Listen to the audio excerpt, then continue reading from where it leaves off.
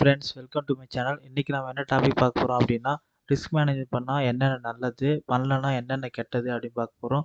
Video skip பண்ணால் பாருங்கள், அப்போ தான் நான் சொல்ல ஒரு விஷயம் உங்களுக்கு முழுசாக புரியும்.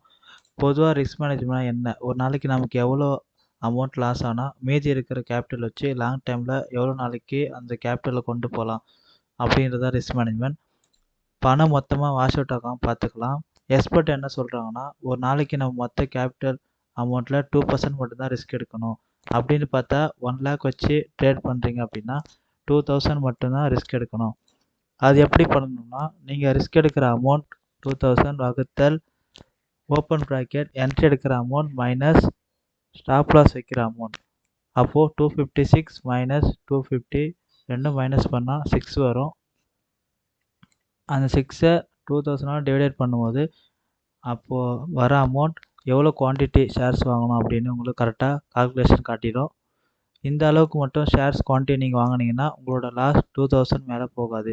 அதே மாதிரி அக்செப்ட் லாஸ்னு ஒரு லைன் இருக்குது. நீங்கள் என்ட்ரு ஆனதுக்கப்புறம் உங்கள் ட்ரேட் சரியாக போகாமல் உங்கள் ஸ்டாப் லாஸ் ஹிட் ஆகாமல் ரொம்ப கிட்ட வந்துட்டா அந்த லாஸை அக்செப்ட் பண்ணிக்க முடியாமல் ஸ்டாப் லாஸை தள்ளிட்டே போகக்கூடாது. இதனால் உங்கள் லாஸ் டபுள் மடங்கு ஆகிடும். இருக்கிற எல்லா கேபிட்டலையும் போட்டு ட்ரேட் பண்ணணும்னு நினைக்காதீங்க. முடிஞ்ச அளவுக்கு 50% கேபிட்டல் மட்டும் யூஸ் பண்ணுங்கள். முக்கியமாக சொல்லும் போது ஸ்டாப் லாஸ் போடாமல் ட்ரேட் பண்ணாதீங்க. ட்ரெண்ட் பவர்ஃபுல்லாக ரிவர்ஸ் ஆச்சுன்னா முக்கால்வாசி கேபிட்டல் ஒரே நாளில் போய்டும். அதுக்கப்புறம் யோசிச்சு ஒரு பிரயோஜனமும் இல்லை. அவ்வளோதான் ஃப்ரெண்ட்ஸ், இன்றைக்கி இந்த வீடியோ முடிவுக்கு வருது. நன்றி எல்லாருக்கும். மீண்டும் நெக்ஸ்ட் வீடியோவில் பார்க்கலாம்.